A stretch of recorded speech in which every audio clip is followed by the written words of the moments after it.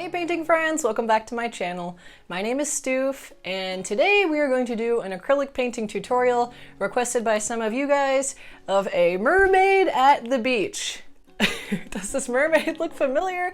Well, the face doesn't totally look like me, but I actually physically went to the beach in the Clearwater area of Florida, and I literally put on a mermaid skirt and I hopped around the beach.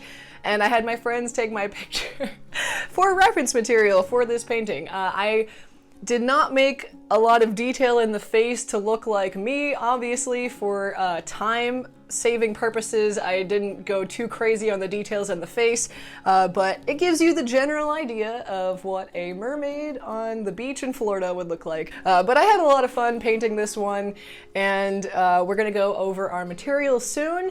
But while you're here, make sure you hit the subscribe button so you don't miss any more of my painting tutorials like this one. We are gonna dive into the materials and then get started on this tutorial right now. I used acrylic paint for this painting tutorial. The colors are listed right here. I also have the colors listed in the description under this video. I'm using an 11-inch by 14-inch canvas panel for this painting. To get started on this painting, I wanted to sketch out my figure just to see how much of the canvas that was going to take up. So the best way to sketch out a figure accurately is to do a lot of proportion checks. So you want to see how long this part of the arm is in comparison to the upper part of the arm, or how much space is there between the hairline and the neck, like that kind of thing. Just constantly be comparing if you made something too long, too short, too tall, too wide. Is that angle off? There's a lot of subtle little things that if they aren't perfect, it's going to make the figure look off. And I wanted to make sure I did that accurately first. It's also an awkward pose because my upper legs are kind of in the foreground and my back legs, which lead to my mermaid tail, are in the background or hidden. I actually added the fin into this painting, which was not visible in the reference photo. So it's a bit of an awkward angle as well. The upper body is definitely more obvious in this scene. Once I sketched out the outline of my figure and made sure the proportions were generally accurate, I started working on the background of the painting. After sketching in that horizon line, I also blocked in my shadow very quickly there, and then I started to blend in some colors for the sky, mixing phthalo blue with white and using more white than blue, obviously, and just going back and forth, covering up the canvas, using even more white and a hint of that turquoise color at the base of the sky closest to the horizon line, blending that up, adding a little bit more phthalo blue into my mixture towards the top, and then just going back and forth on the canvas to blend that up. Next, I wanted to block in some fluffy clouds that were really far in the distance there. I mixed some ultramarine blue with a little bit of phthalo blue and white to get the shadowy part on the clouds, and then didn't clean off my brush too much, just mixed pure white in there and used that pure white mixed with the other color to create the highlight part of the cloud for now. Then I started to paint in that straight horizon line for the water using a mixture of phthalo blue and phthalo green with a little bit of white, maybe a hint of purple or brown in there as well. And after making sure that line is perfect, I started working my way down in the water, getting closer to the foreground.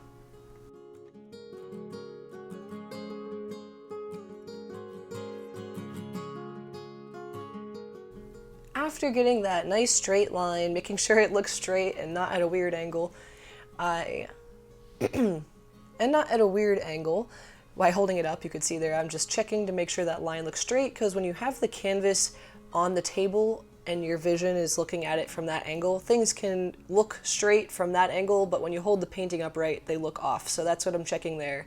Once I made sure that line was straight, I take more phthalo green and blend that in with my phthalo blue and white mixture and keep making my way back and forth with the brush strokes in the water. I'm mixing some turquoise with phthalo green and white as we're moving closer to the foreground. And you can already start to see here, it gives that visual of ocean water where it's deep and then it becomes shallow and clear turquoise water. We get a section here where it's a little bit deeper again, or there's something underwater there where I just mix a little bit of brown in with my phthalo green. And then we keep moving closer to the foreground. As we move closer to the foreground with this beautiful clear water, you start to get more of that sandy color. So I'm mixing hints of like Naples yellow and pink in there as we're getting closer to the foreground. I put in a mixture of purple and pink and raw sienna or yellow ochre type color closest to the foreground, and now I'm just blocking in the rest of that spot. Getting that color just put right in there, and it's like a muted purplish green. And that's all the way up to the breaking waves there.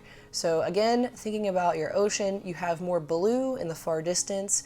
You start to get some greens that are like lighter in value, turquoise greens at like the middle ground, and at the very shallow foreground of your water, you're gonna have more ochre and purple and browns in there, because you can start to see the sand. After I got that base color down, I started to highlight the clouds a bit more, and then I took that same white with some ultramarine and a little bit of brown and blocked in the breaking little waves behind me.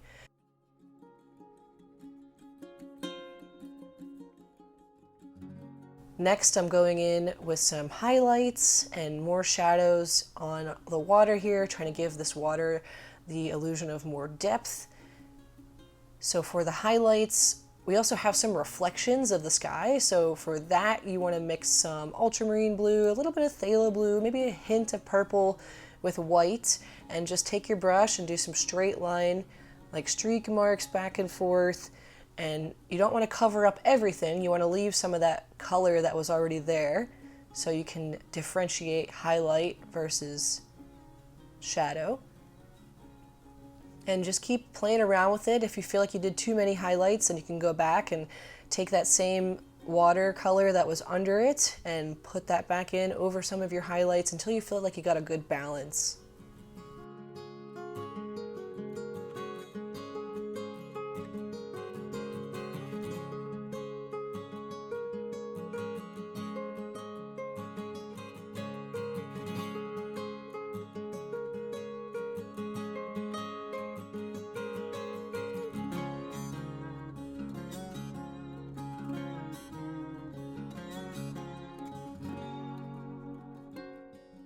Next, for the painting, we're going to work on the wet sand, moving up to the dry sands in the lower part of the canvas in the foreground here.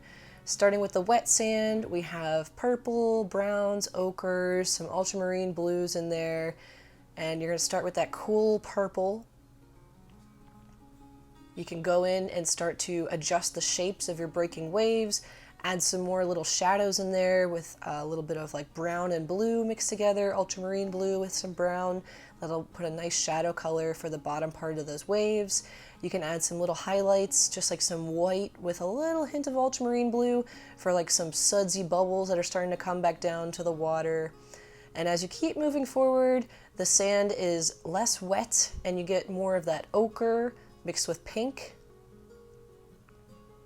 It's still in general like on the cooler side though, so you might want to mix a hint of ultramarine in there. Just make sure you don't go crazy with the ochre unless you want your sand to look like a different mineral content.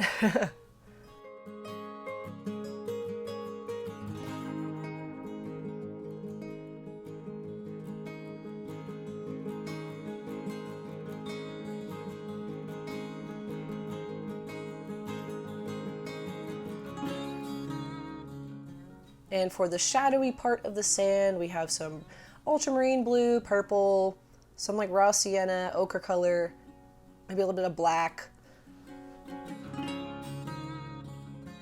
Next, I started blocking in the base layer for the mermaid's tail.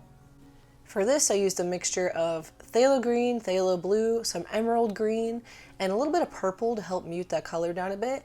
I started with more of the shadow color, and I also wanted to make the lower part where it's almost touching the sand have more blue and purple in it, because that's how it's perceived. And then the upper part, I just kept that base color for now. After I got that down, I started blending in some highlights with a little bit of emerald green, phthalo green, and white. And I put it down in little like pats with the brush to help give that scaled appearance. I'm using a smaller brush here as well, working in a little bit finer details. And once I got the tail done with the highlights on the upper part of the lower half of the body, the tail, where it is hitting sunlight, so that upper half of the upper leg area, and then the top section of the lower leg area, and then the fin. And I just have like a little outline around the fin as well to help differentiate it from the sand. There's a little shadow under that fin too.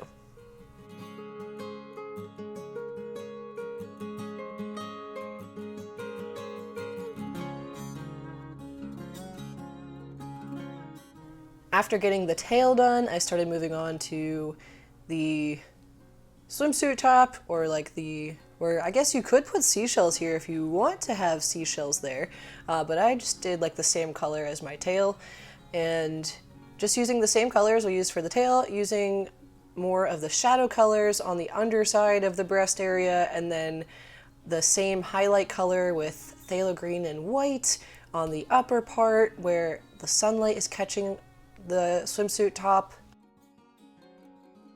Next, I started moving on to the body, and I'm starting with the arm, working on the values at first, just trying to block in where we have some shadows and some highlights. So I started out with the darker colors first, so we have some purple with some ochre or sienna color mixed with pink and a little Naples yellow, just to like mute it down a bit.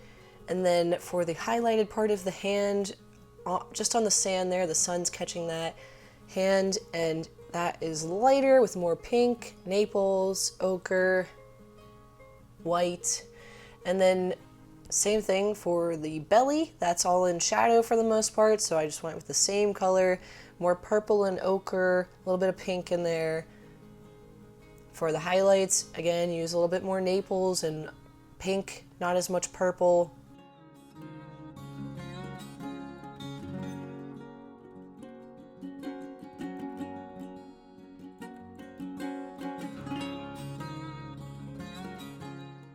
For the blonde hair, I started to block that in with some Naples yellow and hints of purple and blue. I think a lot of beginners try to go for the color yellow when they're painting blonde hair, but not a lot of people have yellow blonde hair. A lot of people have more of a natural, like ashy looking blonde now. So to get that color, mixing Naples yellow with white and a little bit of purple and maybe a hint of blue, hint of brown is how you can achieve that. There are parts of the hair that are a little bit darker right around the face, so I'm using more of the purple and brown, a little bit of blue, maybe a little bit of green in there too, right around the face, and then just using a little bit more Naples yellow, white with a hint of purple for the highlight parts. The facial features are definitely the hardest part of this painting, especially, you know, when I'm at a rush for time, especially when I'm trying to complete this painting in under 2 hours and give a full tutorial on it.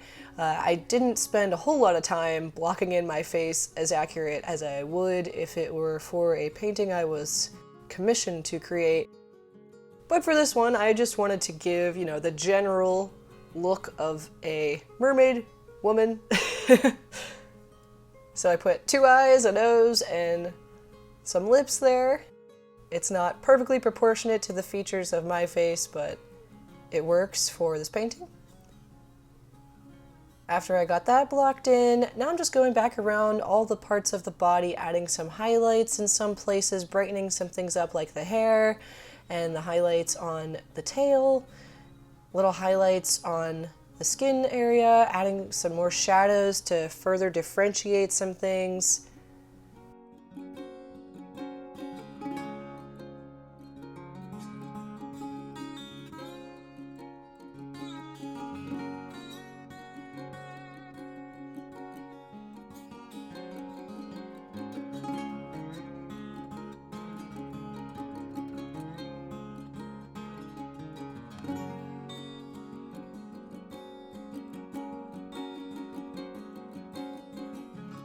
Part of the face is in shadow, so I'm working on making that a little bit more obvious, where the hand is kind of covering over the eyebrow area to help block out the sunlight.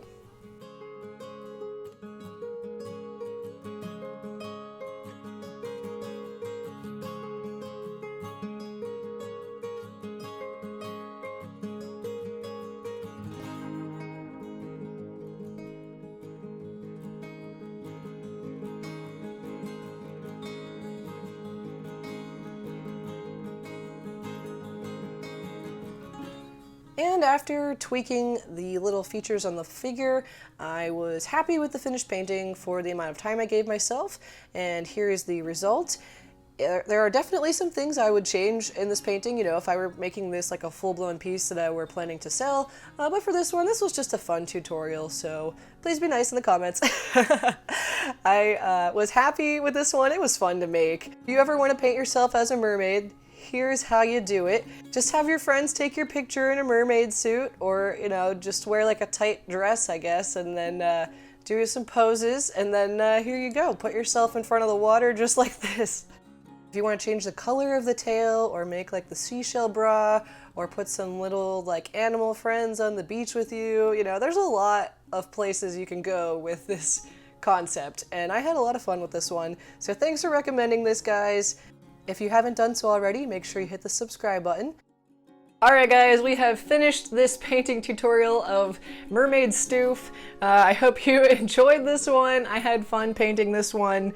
If you have recommendations for future painting tutorials, then leave a comment under this video and I will add those to my list of things to paint. Thanks again for watching, have a great day, and happy painting! Bye bye!